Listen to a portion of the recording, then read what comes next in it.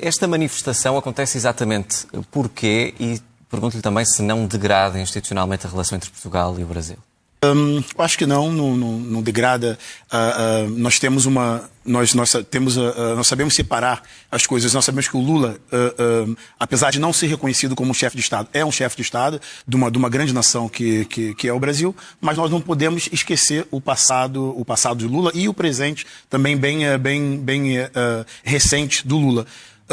Por isso, o André Ventura não é presidente da República nesse momento e nós nos sentimos com toda a legitimidade de fazer esse protesto, de mostrar o nosso apoio aos cidadãos brasileiros que vivem uma verdadeira ditadura nesse momento no Brasil.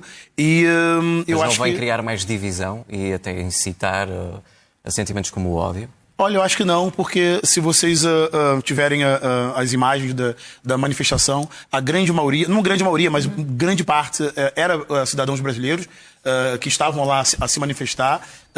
Eu, inclusive, fui a primeira pessoa que fiz o discurso, fiz o discurso de abertura e deixei bem claro que o objetivo do Partido Chega não é, e do André Ventura não é dividir as pessoas, mas conscientizar as pessoas. Mas é alertar para coisas que fez o presidente Lula da Silva, nomeadamente para a corrupção de que tanto falam, não é? Mas que também o ex-presidente também fez e está neste momento a cumprir. Não. Na verdade, o que nós vivemos no Brasil por isso é importante rebater. Na verdade, o Lula nunca deveria ter saído da cadeia, o Lula nunca foi inocentado, como alguns meios de comunicação internacional passam para as pessoas. O Lula nunca foi inocentado. O Lula, no Brasil, até usam criaram uma palavra para dizer descondenado. Isso é uma palavra que não existe no nosso vocabulário, para mostrar como o Lula deu a volta, como ele emparelhou durante todos esses anos o poder judiciário no Brasil e conseguiu dar a volta. O presidente Bolsonaro, o ex-presidente Bolsonaro, é nesse momento um preso político. Essa é a verdadeira realidade. E se olharmos as últimas sondagens, o filho do presidente Bolsonaro, o Flávio Bolsonaro, que está a concorrer, que é candidato, é pré-candidato à presidência da República esse ano, vai muito à frente nas sondagens quando comparado com o presidente Lula. Por isso, nós fizemos questão, mais uma vez, de dizer que o Lula não é bem-vindo em Portugal. O Lula é o nosso Sócrates no Brasil. Por isso, nós repudiamos qualquer tipo de pessoas da laia do Lula. Há pouco o Marcos falava numas sondagens que davam o filho do Bolsonaro sempre à frente.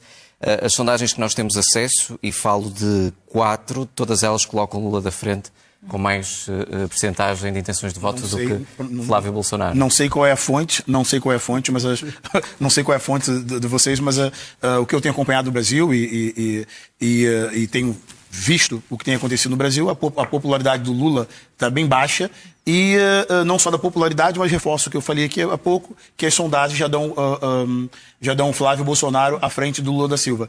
Por isso, o Lula aqui temos 4 que dão precisamente o contrário. Ficou contraditório. Pronto. Vamos ouvir António Brito Guterres.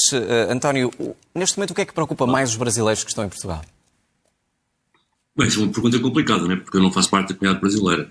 Eu agora, se não se importam, até gostava de fazer a ponte entre o que foi falado anteriormente e o assunto mais de política pública, que sabem que a vida das pessoas realmente me interessa. Eu acho que ouvimos aqui, claro que houve manifestação contra a manifestação, eu acho que todas as pessoas têm direito em Portugal de se manifestar de determinada maneira. O nosso trabalho é um pouco desocultar a coerência da narrativa. Porque se por um lado, eu não vou a partir de Portugal, como português, opinar sobre a justiça brasileira. Aquilo que eu sei é o presidente anterior está preso, o Lula também foi acusado e também teve os seus problemas com a justiça. Agora, aquilo que é evidente, e eu não vou opinar sobre isso, aquilo que é evidente é que toda esta coligação internacional de extrema-direita, desde Orbán, Bolsonaro, Bibi Netanyahu, aos filhos do Trump, estão envolvidos em esquemas de dinheiro a partir de chefes de Estado, do trabalho que fizeram, etc. Agora, portanto, é um bocado estranho ver às tantas pessoas do Chega a pedir a prisão quando olham para si próprio e para o seu partido. Eu ouvi o discurso do André Ventura na manifestação e o que é curioso é que tudo aquilo que ele exigiu ao Brasil e ao Lula, eu não vejo a fazer cá. Portanto, eu não vejo André Ventura preocupado em políticas que aumentem o salário dos portugueses, que protejam as mulheres de violência doméstica, que protejam as crianças e os jovens de predadores, que haja menos desigualdade, que haja acesso à habitação. E, portanto, na verdade, olha, a castração química, você nunca ouviu falar sobre a castração química? Já falo. Quero agarrar nos grandes falhanços dos partidos do Partido Liberal, para conseguir ganhar, e ganhei com esse caos. No que respeita às pessoas, quando eu olho para o tempo em que Lula foi presidente, que foi agora e já foi há mais tempo, e olho para o tempo do Jair Bolsonaro, o que eu vejo é, e atenção, eu questiono se o Lula não podia ter feito mais, isso para mim é importante. Sim. Mas eu questiono houve um maior aumento de renda na história do Brasil durante a presidência do Lula, houve um aumento de acesso das pessoas à universidade, houve um aumento do crescimento do PIB brasileiro. Portanto, isto tudo aconteceu. Não diga disparate, pá. As pessoas no Brasil estão a passar fome. Você acha que aumentou o número de imigrantes brasileiros em Portugal por quê? As pessoas estão a passar fome, as pessoas estão a passar dificuldade, as pessoas não têm segurança. As pessoas não têm segurança. Olha, ainda hoje os Estados Unidos anunciou que e já tem brigado há longo tempo por isso, para reconhecer o PCC e o Comando Vermelho como organizações narcoterroristas. E o Lula tem brigado para que os Estados Unidos não reconheçam, para que não possa ser reconhecido. Deixa terminar o António de falar. Pelo amor de Deus, dizer que as pessoas no Brasil, que o Brasil está uma maravilha, vai viver no Brasil. Olha, pega um voo, vai viver no Brasil. António. Eu estive lá ainda no ano passado, em trabalho. E de facto, mas fica mais tempo. Em férias é fácil. A desigualdade no Brasil é imensa e, como eu disse, uma das minhas questões até é saber se os governos de Lula conseguiram fazer o suficiente. Agora, fizeram mais e houve mais conforto, mais pessoas da pobreza no tempo que Lula foi presidente. E isso é uma evidência estatística. Com que nível de preocupação é que acha que Lula da Silva hoje esteve nestas reuniões com o Primeiro-Ministro, com o Presidente da República, tendo em conta também as questões da alteração à lei da nacionalidade? Com que nível de preocupação é que acha que esteve o Presidente brasileiro? Eu acho que mais do que a lei da nacionalidade, que sofreu uma regressão e vai seguramente ser chumbada num artigo pelo Tribunal Constitucional de novo, portanto, quem quer ainda pedir nacionalidade tem 5 anos de residência, pode pedir, porque o que está valendo é a lei velha, não é esta lei que sabe-se lá quando é que entra em vigor. Mas o mais importante com isso é o fechamento mostrado pela lei de entrada, saída e afastamento de estrangeiros, a chamada lei de estrangeiros, que, para responder e conquistar os votos do Chega da Assembleia da República, absorveu uma série de medidas assim mais duras.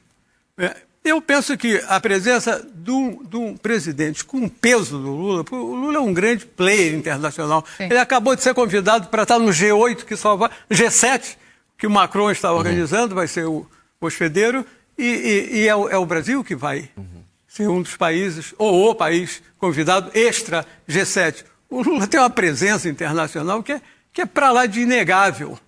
Portanto, quando uma pessoa com esse peso político de um país de 220 milhões de habitantes, nona economia do mundo, vem aqui e dá sinais como, por exemplo, receber uma Casa do Brasil, é uma forma de dizer velhe por nós, pelos brasileiros aqui. São coisas muito importantes para a diplomacia e para abrir boa vontade, que é o que sempre houve no Brasil em relação aos portugueses. Marcos Santos, se é assim tão difícil viver no Brasil, como dizia há pouco ao António, porquê é que defende estas alterações à lei da nacionalidade? Não vai ser mais difícil para os brasileiros depois virem para cá, aqueles que tanto precisam? Veja bem, na nossa casa existe portas e janelas. Não é só para proteger do clima, frio ou quente. A nossa casa, o nosso país é a extensão da nossa casa.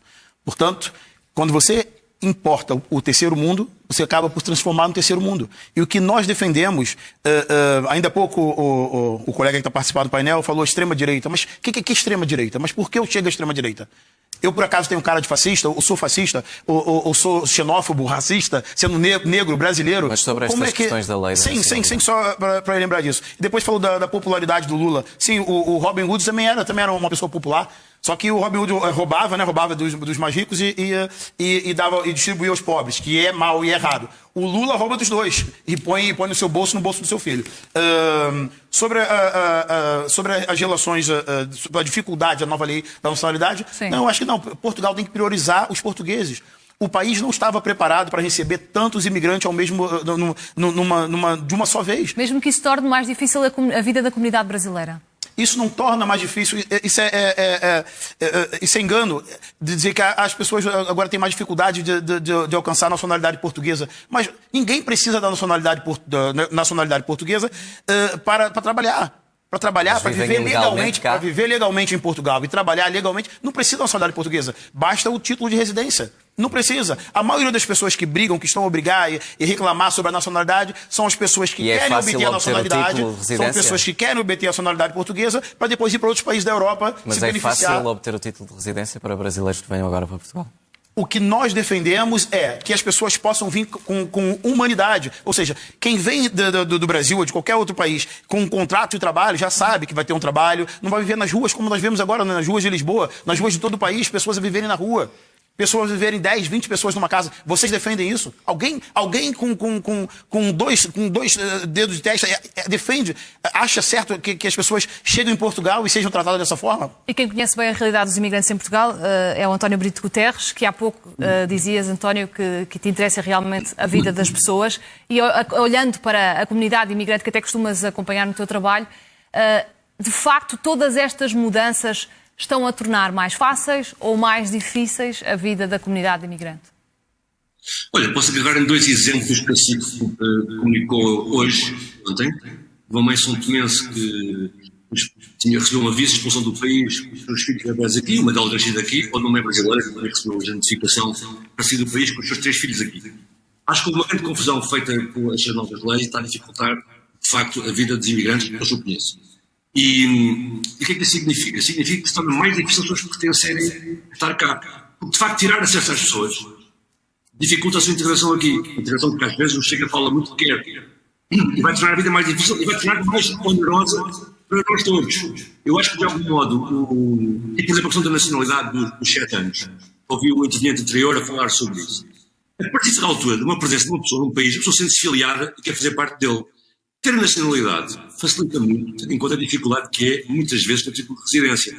Além de contar 7 anos, a partir do momento que a pessoa está legalmente enquadrada, também é um bocado desonesto que a pessoa já pode estar cá há 2, 3 anos sem conseguir título de residência, que, como sabemos, na AIMA não funciona muito bem. Agora, eu acho que, como o Carlos mostrou numa fotografia, a visita ainda não acabou, portanto ainda há coisas a acontecer na visita.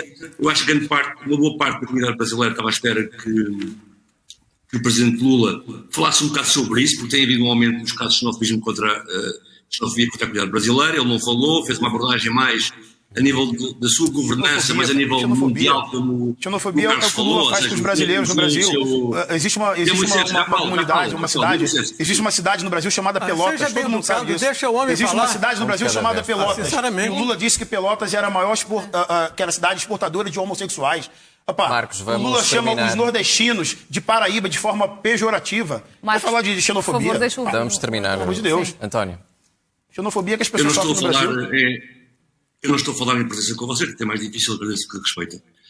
E, portanto, o Lula não abordou essas questões de forma pública, talvez tenha sido uma questão de soft power, ter feito da maneira como fez, invocando, como o Carlos disse, a questão de serem bons trabalhadores. Isso é um discurso que muitas vezes os povos não gostam de ouvir de si próprios, porque parece que carece de alguma subalternidade. Mas vamos ver também se há alguma demanda agora, nesta parte final da sua visita cá, em relação a isso, porque de facto está em todo lado que a vida dos imigrantes em Portugal está mais difícil. E há uma questão interessante que o Marcos apontou e que eu acho que era importante refletir, é que eventualmente há mais portugueses a morar no Brasil do que brasileiros a morar em Portugal. Deixa-me aproveitar, António. Porque esse patriotismo sobre os portugueses não se vai refletir depois nos portugueses. Era isso que eu ia perguntar ao Ricardo.